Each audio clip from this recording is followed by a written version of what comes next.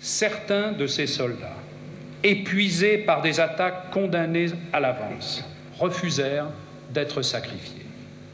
Que ces soldats, fusillés pour l'exemple, au nom d'une discipline dont la rigueur n'avait d'égal que la dureté des combats, réintègrent aujourd'hui pleinement notre mémoire collective nationale.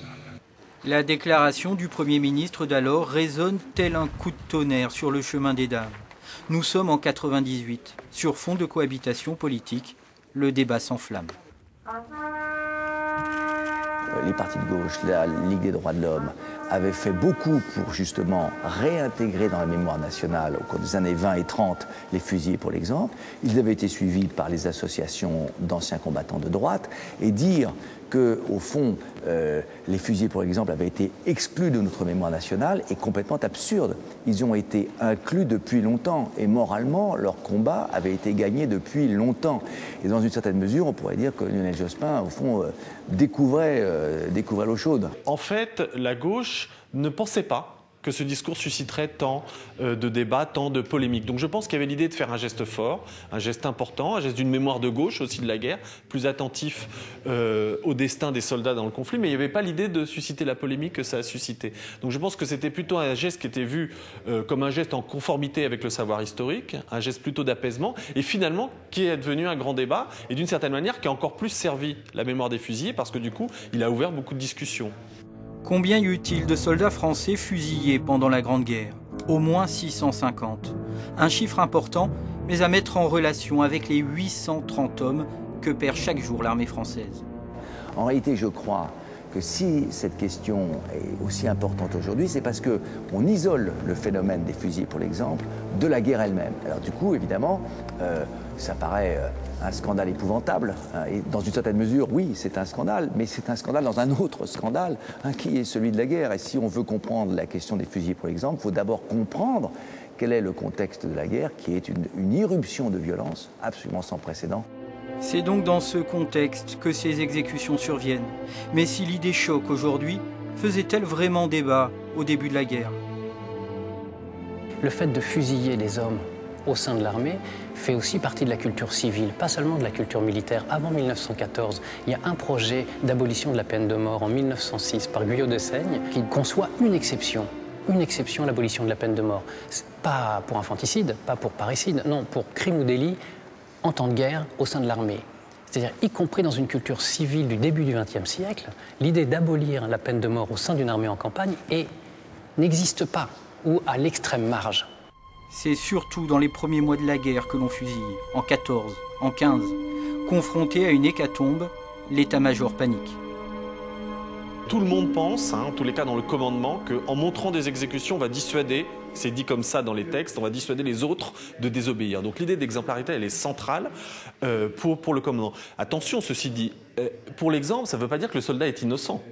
C'est-à-dire quand on dit fusillé pour l'exemple, on croit qu'il est uniquement fusillé pour qu'on montre quelque chose. On peut très bien être coupable, avoir commis les délits, être jugé tout à fait normalement et être fusillé pour l'exemple, au sens où le commandement veut faire un exemple. Jusqu'en 1916, la justice militaire ne prend pas en compte les circonstances atténuantes. Pour le poilu accusé d'abandon de poste, c'est le peloton d'exécution ou l'acquittement. C'est un système qui est écrit comme ça, le but étant d'intimider les autres. Donc c'est ce côté-là que je pense que les gens de nos jours ne peuvent pas comprendre cette dureté, quoi. Et donc, c'est d'ailleurs tellement dur que ça n'a pas été appliqué. Ça n'a pas été appliqué. Dès le début, les juges ont été effrayés de tout ça. Il y avait de quoi fusiller, si vous voulez, pratiquement toute l'armée. Contrairement à une idée répandue, les mutineries de 1917 entraîneront peu d'exécutions, 26 ou 27. Mais si la question des fusillés nous interpelle, c'est peut-être qu'elle en cache une autre, implicite. Ces soldats croyaient-ils en cette guerre? On se dit, bon, alors finalement, il n'y a pas eu de consentement, puisqu'on les a forcés, et on les a terrorisés en fusillant plusieurs centaines, mais en fait, c'est absurde. Au cours de l'année 14 et 15, c'est là où il y a donc 600 fusillés, pour l'exemple, dans l'armée française. Eh bien, c'est le moment où les soldats consentent le plus à des pertes effroyables. C'est là que les pertes sont les plus importantes, et non pas plus tard.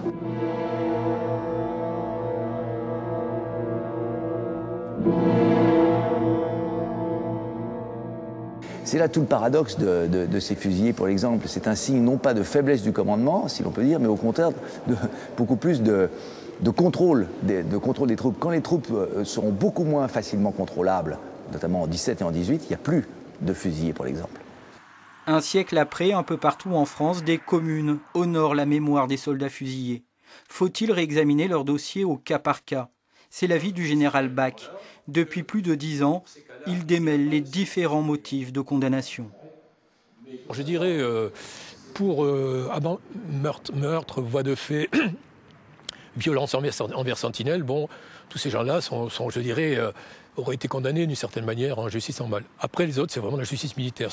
C'est uniquement des jugements pour juger la peur des gens. La particularité, c'est aussi la sévérité, parce que pour un abandon de poste dont on peut imaginer de nos jours que lorsque nous avons des soldats qui sont pris sous le feu, il y a une cellule psychologique qui les prend en compte après, là, à l'époque, ça n'existe pas. Il n'y a que la volonté qui existe, donc c'est considéré comme un crime, et le but, c'est la mort. La Ligue des droits de l'homme réclame, elle, une réhabilitation collective. Une commission sénatoriale du Parti socialiste a récemment auditionné des historiens. Je pense que les différents intervenants ont montré la complexité de cette affaire-là. Je crois que les différentes interventions, j'ai le sentiment qu'ils ont laissé perplexes les sénateurs. Il faut ouvrir les dossiers un par un, revenir sur l'autorité de la chose jugée, et ceux qui feront ça vont se heurter à des difficultés considérables. Qu'est-ce qu'on fait d'un soldat qui a tué son officier, par exemple, et qui a été ensuite fusillé? Qu'est-ce qu'on va faire? On va choisir. Selon quels critères on va choisir? Ce sera extrêmement difficile. Ceux qui s'attaqueront à une réhabilitation juridique s'y casseront les dents, mais ça sera la décision du politique, ce ne sera pas celle des historiens. En fait, ce qu'il faut se dire, c'est que la question d'une éventuelle réhabilitation ou d'une amnistie, c'est une question finalement du présent, c'est pas une question du passé. Donc il faut bien être conscient que tout ce qui sera dit sur les fusillés, c'est un choix politique d'aujourd'hui, c'est un choix social et un choix moral. Et donc les gens n'ont pas tellement à se déterminer par rapport à une réalité historique qu'on connaît déjà, mais par rapport à ce qu'on a envie de dire sur le passé. Donc c'est vraiment une affaire du présent. Par un raccourci saisissant, très loin de l'antimilitarisme de certaines associations, de nombreuses familles de fusillés réclament pour leurs parents l'inscription « Mort pour la France ».